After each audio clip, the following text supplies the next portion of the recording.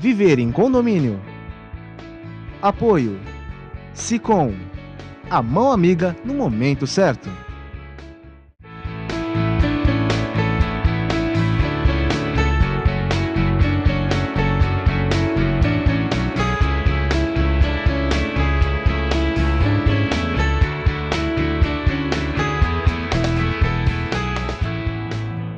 Olá, meus amigos, estamos iniciando mais um programa Viver e Condomínio aqui na TV Com, canal 11 da NET. Muito obrigado pelo seu prestígio, pela sua participação.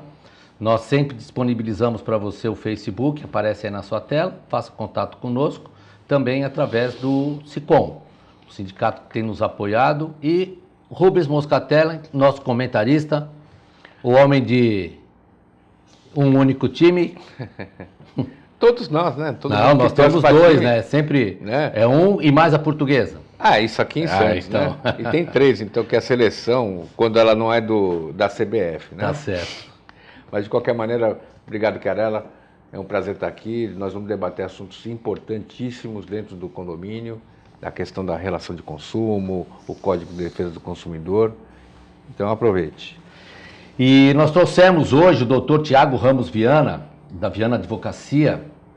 Ele é especialista em Direito e Processo do Consumidor. Nós vamos falar mesmo do Código de Defesa do Consumidor e de algumas particularidades. Doutor Tiago, muito obrigado pela sua presença. Nós vamos tirar tudo de você aqui, viu?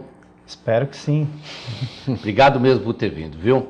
Deixa eu, antes de entrar aqui no tema aqui que nós vamos discutir... Que nós vamos tirar tudo do Tiago? Vamos tirar tudo do Tiago. E tem até uma piadinha que advogado costuma tirar tudo, mas tudo de informação. A gente não vai por esse caminho. Coisas boas. Exatamente. 26 anos do Código de Defesa do Consumidor. Eu vou começar aqui. É um jovem, uma legislação jovem. Jovem, com o Rubens Moscatelli. Vamos primeiro estabelecer aqui o que o Código de Defesa do Consumidor, nesses 26 anos, colaborou efetivamente para o consumidor aqui no nosso país. Olha, Chiarella, eu acredito que primeiro deixou bem claro o que é uma relação de consumo, quais são as obrigações do fornecedor, deixou claro isso, né? Não que antes não fosse, mas ficou mais claro, ficou mais objetiva a responsabilidade, a responsabilização por problemas de produto, de serviço, tornou mais objetivo isso. A consciência do consumidor também aumentou bastante, porque a gente não pode negar, principalmente na época não tinha mídia social, mas tinha televisão, rádio, então a mídia tradicional foi muito positiva nesse sentido da divulgação, de mostrar os defeitos e os problemas da interpretação. Então toda vez que a sociedade se junta em prol de uma determinada legislação ou de uma situação, nós percebemos que há avanços muito bons. E no caso do Código do Consumidor, que eu tenho percebido com 26 anos de vida aí da legislação, é que ela sempre há algum tipo de atualização. Seja na parte de fiscalização, seja na parte até das ações coletivas. Isso é um mundo novo que se criou a partir do Código de Defesa do Consumidor. Então, se nós fôssemos fazer um balanço a respeito da aplicação e dos efeitos que essa legislação nos trouxe, nós tínhamos que dizer que foi um balanço positivo, está muito no azul, né? Porque hoje em dia azul é vermelho, né? Hoje é azul. O doutor Tiago, que é especialista no Código de Defesa do Consumidor, entende que o consumidor se beneficiou muito ao longo desses 26 anos, ou ainda a nossa legislação padece de algumas melhorias, de alguns reparos? Eu creio que o consumidor ele se beneficiou bastante da legislação de consumo, mas não apenas o consumidor, mas também o fornecedor. Porque o Código do Consumidor ele não é uma legislação protetiva apenas para o consumidor, mas também uma garantia para o fornecedor. Por quê? Ele passa a ter como propósito tratar bem o consumidor. E isso influencia, de certa forma, todo o mercado de consumo. Então, um consumidor bem tratado volta a consumir. Um fornecedor que trata bem esse consumidor é novamente procurado e recomendado por aquele consumidor. E com isso, quem ganha, na verdade, não é apenas o consumidor e não é apenas o fornecedor, é o mercado de consumo como um todo. E isso tem influências extensas, e não apenas na relação de consumo propriamente dita, mas no Poder Judiciário, nas contratações, nos condomínios, nas empresas, porque as pessoas passam a ter noção e orientação a respeito de como trabalhar uma relação de consumo. Quando a gente percebe que existe um litígio, uma pretensão resistida, né, entre as partes na relação de consumo, a gente tem ainda a figura do PROCON, não é? Que a gente tem visto que tem atuado de forma eficaz para evitar que isso chegue lá no judiciário e se torne uma discussão não... Porque quando chega no judiciário não fica difícil, né? Mas a gente vai buscar sempre um meio suasório, sempre um acordo, sempre um meio termo para evitar o litígio, né? E a atuação do PROCON, você tem sentido, Rubens? Que... Olha, o PROCON em geral é elogiável, como eu falei aqui, inclusive na proposição de políticas, até de iniciativas e tal, só numa parte que, pelo menos aqui na nossa região, eu tenho percebido um pouquinho de desconhecimento, né? Nós vamos falar isso com mais propriedade, mas quando fala a palavra condomínio, aqui em Santos tem o SIDOC, né, que é o Centro de Informação e Defesa do Consumidor. Falou a palavra condomínio, eles mandam direto para a entidade, lá para o SICOM. Certo. Não querem nem saber qual é o assunto. Você atua como PROCON. Não, mas veja, o grande problema do órgão PROCON, que é diferente do órgão SICOM, o SIDOC é uma entidade pública. Ok. O SICOM é uma entidade privada, então cada um tem uma regra diferente, para começar. Então lá eles não têm agendamento, chegou lá o balcão, tal, vai atendendo conforme vai chegando. O sindicato trabalha de uma outra maneira, e aí acaba acontecendo o quê? A pessoa vai para reclamar, está com problema dentro do condomínio, às vezes é um problema de consumo, não é uma relação de condomínio, de vizinhança, um problema que o síndico fez isso ou deixou de fazer aquilo. Só falar a palavra condomínio, vai lá para Conselheiro Neves 472. Então, falta, talvez pela quantidade de reclamações que eles recebem, eles estão fazendo esse encaminhamento. Não estou reclamando aqui publicamente, só estou fazendo uma constatação. Né? Mas é importante sim, você ter um órgão que faça essa fiscalização, auxilie inclusive os poderes públicos, que muitas vezes não é o fornecimento do serviço público que está com problema, mas acaba esbarrando no serviço público. Ok. Então isso é importante ter. Isso é importante mesmo. E o doutor Tiago pensa do mesmo caminho, que o PROCON tem esse caminho, essa eficácia e tem, a bem da verdade, tirado, né, encurtado o caminho para não se chegar ao judiciário? Com reservas. Eu entendo que o PROCON ele tem um papel muito importante na esfera administrativa, preventiva e, de certa forma, até educativa. Porém, o PROCON ele não tem um papel que seria muito importante, que seria um respaldo legal para que aquelas decisões tomadas, de fato, pudessem valer ou ter eficácia e obrigar a parte contrária. Normalmente, a parte contrária é uma empresa fornecedora. Porque ela, na bem da verdade, ela não funciona como um judiciário. Não. Ela não tem Não tem um papel decisório. Papel decisório. Não. Entendeu? E isso daí é uma coisa Apesar de, quando chega no judiciário, tem um peso. Tem um peso no sentido de que funciona, na pior das hipóteses, como uma reclamação do consumidor com relação àquele problema. E isso vale, porque isso é um requisito da lei do consumidor, que o consumidor precisa reclamar. Né? Uma via administrativa. Uma via administrativa de uma reclamação que ele fez por causa de um descontentamento, de um vício na relação de consumo. Então, é bom, poderia ser melhor, mas aí você já esbarra na legislação. Porque a legislação que instituiu e que regulamenta o PROCON prevê esse limite, que ele não é uma entidade que tem o poder de decisão. Ela não pode vincular.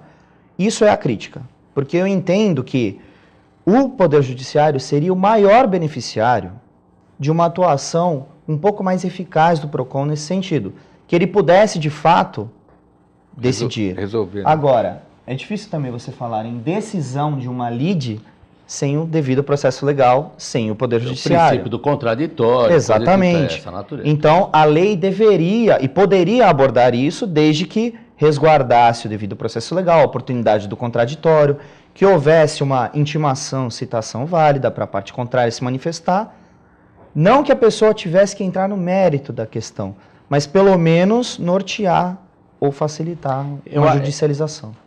A lei consumerista, essa que nós estamos aqui conversando, né, mostrando para vocês, ela tem umas particularidades para a gente estabelecer relação de consumo. Esse é um primeiro passo que nós temos que pensar e dar, né? Primeiro, existe uma diferença, né? E quando a gente fala que a lei se atualiza, hoje nós temos um decreto que estabeleceu uma mudança dentro do Código de Defesa do Consumidor, que são as compras pela internet, o e-commerce que a gente chama. São compras efetuadas, inclusive por pessoa jurídica, como condomínio. Tal. E aí se restabelecendo uma relação de consumo. E aqui, com regra própria, para aquele tipo de compra, né? Com as garantias que cada um dá ali, mas a diferença que vai existir aqui entre fornecedor e produto. São duas coisas distintas que têm que ser tratadas também de forma distinta.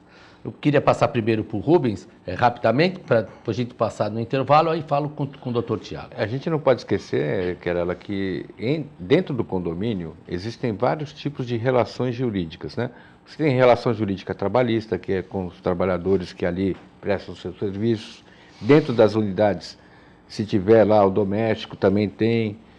Tem a relação jurídica dos proprietários para com o condomínio, que é uma relação de propriedade, não se discute relação de consumo. Você tem as relações consumeristas entre o fornecedor e o prestador de serviço. O próprio condomínio, como me lembrou aqui o Tiago, poderá, em princípio, até ser fornecedor de serviço, algumas hipóteses. Então, esse conjunto de relações jurídicas é muito complexo. Mas o principal é, se você é condômino, e o seu condomínio existe, né?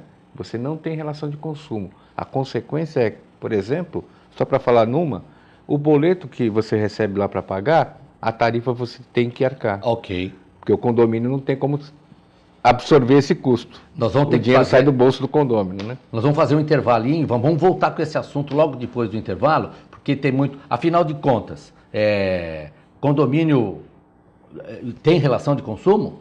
Isso nós vamos explicar para vocês. Espera um pouquinho, daqui a pouco a gente volta.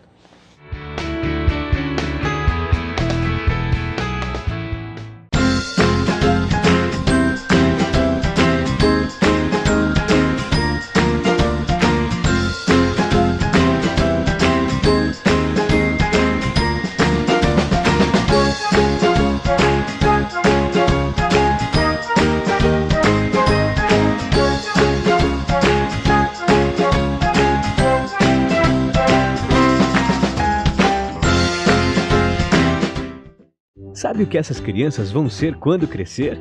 Serão adultos que poderão escolher suas carreiras e decidir pelo próprio futuro, pois hoje as empresas que participam do programa Empresa Amiga da Criança investem no presente para mudar o futuro de muitas crianças e adolescentes. Crianças que brincam e estudam crescem mais sadias, desenvolvem-se melhor e tornam-se adultos que farão a diferença amanhã. Junte-se à Fundação Abrinq e seja uma empresa amiga da criança.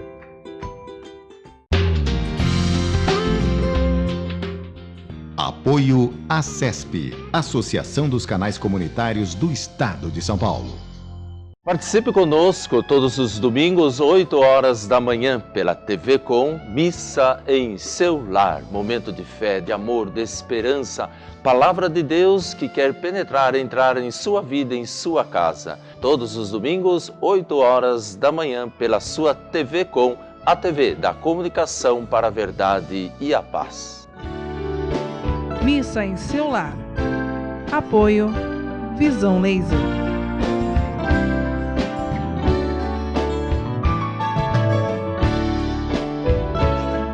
Evolução.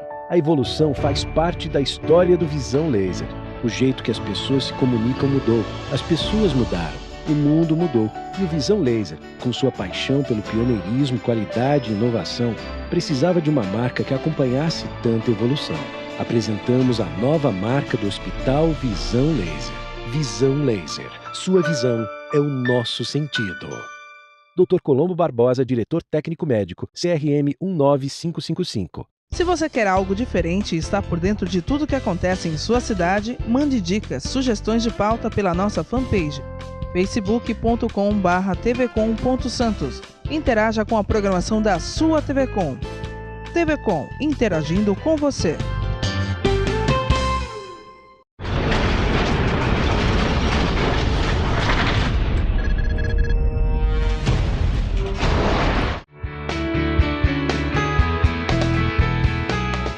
Estamos de volta com o nosso programa Viver e Condomínio aqui na TV Com, canal 11 da NET. Nosso tema do programa de hoje, junto com o Dr. Tiago Ramos Viana, da Viana Advocacia, especialista em Código de Defesa do Consumidor.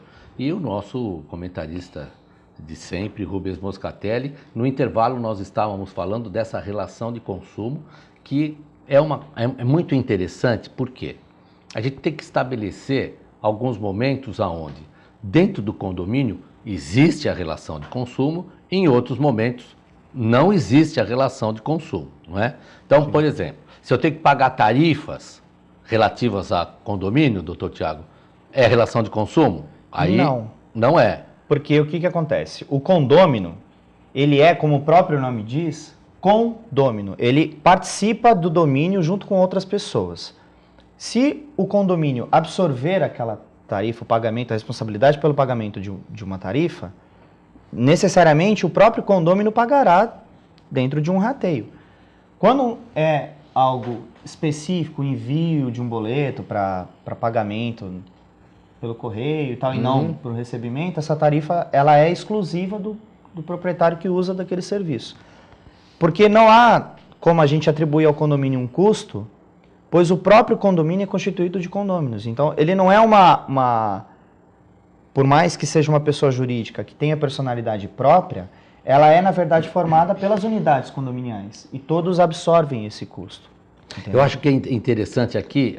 Porque o objetivo do condomínio é a conservação e manutenção da propriedade comum. Ok.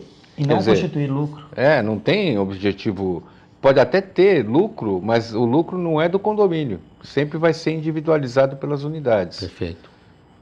Hoje em dia tem uma modalidade, até para a gente estender um pouquinho essa discussão, por exemplo, o condomínio pode adjudicar imóveis que estejam lá em descompasso, que não pagaram, foi a leilão, devedores, enfim. Mas isso não retira do condomínio, nem dos demais condôminos, essa condição. Que aí o condomínio poderá usufruir daquela unidade, revender, alugar, mas nunca vai ser uma relação de consumo, sempre uma relação de propriedade.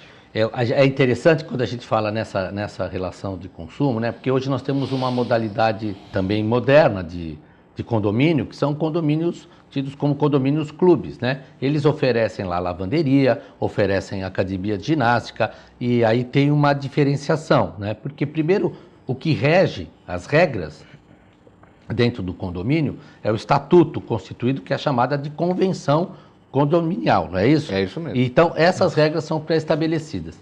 Eu queria aqui colocar uma análise para vocês. Vamos colocar aqui uma situação hipotética, onde o condomínio tem um salão de festas, não é? E dentro do salão de festas, ele oferece para terceiros, qual é a possibilidade de oferecer para terceiros o aluguel do salão de festa. Estamos aqui hipoteticamente convencionando que a convenção permite esse aluguel para ter dinheiro. Partindo do pressuposto que a Assembleia e a Convenção já prevêem essa possibilidade. Aí eu tenho duas, na verdade, né, relações de consumo, porque terceiro é relação de consumo e o condomínio não é isso? Estou certo no pensamento? Internamente, vamos dizer assim, nós três aqui somos moradores do mesmo condomínio aí que nós estamos criando por hipótese, e vamos fazer festas, cada um no seu dia. Nós não temos em relação ao condomínio relação de consumo. Por quê? Porque eu estou exercendo um atributo da propriedade. Usar, fruir, dispor são as características dessa propriedade. Perfeito. Na medida em que a convenção admite que se coloque um terceiro lá para fazer uma locação, para que ele utilize aquele espaço e aufira, ao final, um valor que vai ser atribuído, você tem uma relação de consumo.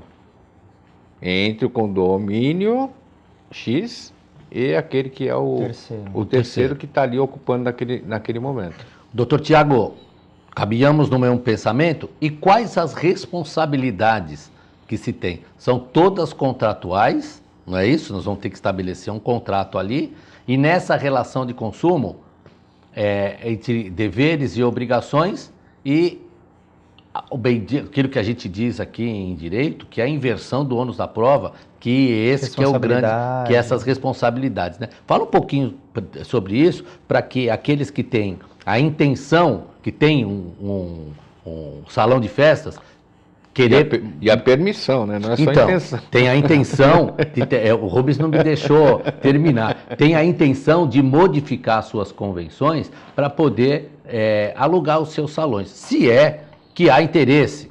Sim. Porque às vezes pode ser um bom caminho, né, Rubens, para minimizar os custos ou para projetar alguma coisa, e pode acontecer isso também, claro, de forma temporária, sim, por um determinado período, claro, e depois retomar. Cada condomínio tem a sua... Pode convencionar, né, como realidade, entender. Né? Mas deixa o Tiago falar, porque eu cortei ele. Não. É o seguinte, primeiro que a gente tem que definir é o seguinte, para que haja a possibilidade do condomínio disponibilizar algum serviço ou algum produto para que terceiros usufruam, precisa haver uma previsão, seja na convenção, seja no regulamento. Necessariamente, em alguns casos, em alguns serviços, na convenção condominial. Por quê? Você não pode, na qualidade de síndico, administrador ou até condômino, dispor da coisa comum e entregar a terceiro e, pior de tudo, oferir lucro disso sem que haja uma legitimação. Qual é essa legitimidade? É a previsão na convenção, no contrato. Havendo essa previsão, dentro desse exemplo hipotético que a gente colocou do salão de festas, o condomínio ele tem que colocar na balança qual é o objetivo, qual é o propósito desse serviço. Se ele pretende aferir lucro por causa do aluguel de uma festa, e isso pode diminuir a folha de pagamento e, consequentemente, o condômino será beneficiado, porque terá um condomínio com um menor custo, aparentemente é uma coisa interessante para o condomínio. Uhum. Porém, ele tem que estar ciente de que isso tem sérias implicações jurídicas e contratuais, como foi falado. Quais são essas implicações? Primeira coisa, ele será enquadrado como um fornecedor de serviço. Ele disponibilizará um espaço, esse espaço será utilizado por pessoas que serão consumidores desse serviço. E perfeitamente cabível a aplicabilidade do Código de Defesa do Perfeitamente cabível, nesse caso, nessa hipótese específica, a aplicação do Código de Consumidor. E essa aplicação implica em muitas coisas, como, por exemplo, a responsabilização objetiva por algum dano, por algum defeito na prestação do serviço. Vou dar um exemplo prático disso. A pessoa aluga um salão de festas do condomínio, de repente há um vazamento e aquele vazamento estraga a mesa do bolo daquele convidado que contratou o serviço. Isso gera um dano patrimonial e extrapatrimonial, pode frustrar uma festa, e essa responsabilização é objetiva com relação ao condomínio.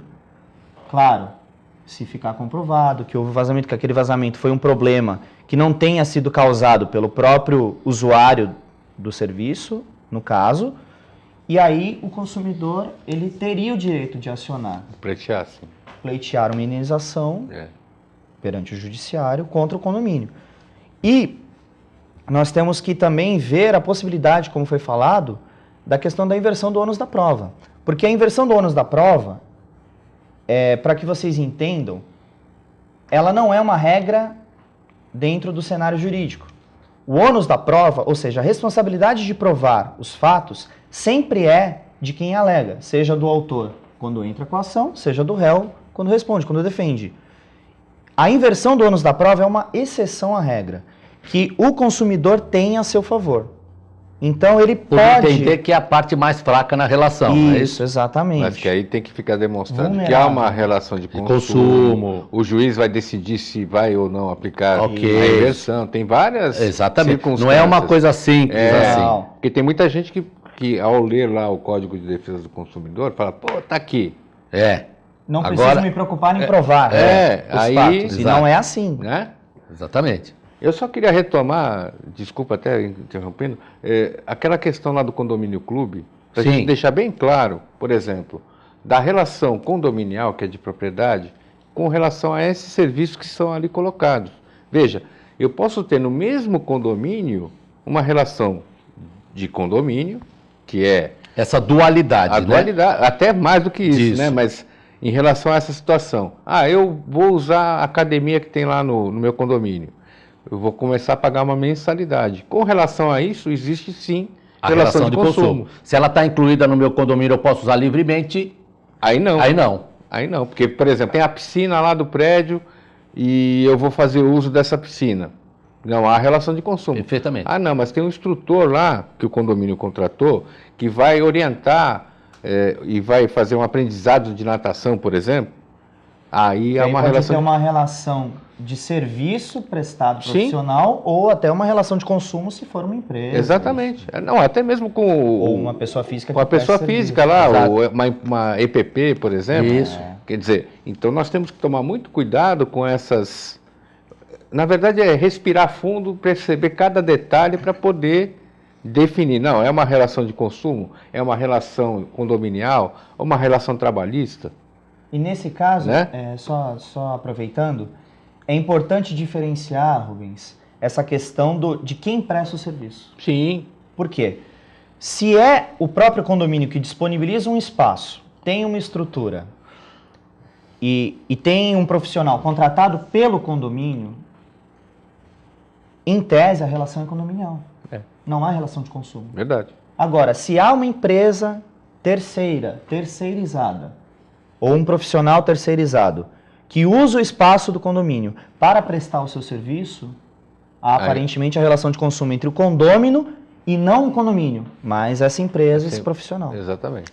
Para vocês verem aqui, trouxemos o Dr. Tiago Rubens e fomos falando de consumo, fomos falando e o tempo se consumiu. Acabou o programa e nós vamos ter que encerrar. Rubens Moscatelli, suas considerações finais. Você sabe que o código, como eu falei, é uma legislação jovem e por isso ela tem bastante pique. Então a gente vai trazer em outras oportunidades provavelmente esse assunto, porque ele é relevantíssimo no condomínio e causa muita discussão e muito problema. É isso mesmo. Mas o objetivo acho que foi alcançado. Até a próxima. Eu queria agradecer aqui a presença do Dr. Tiago Ramos Viana, da Viana Advocacia, que é especialista em Direito e Processo do Consumidor, jovem advogado, como código. Muito obrigado pela sua presença e pelos seus esclarecimentos. Viu? Muito obrigado, até a próxima. Chegamos ao final do nosso programa. Muito obrigado pela sua participação conosco. Queremos contar com você nos próximos programas. Fiquem com Deus. Até a próxima oportunidade.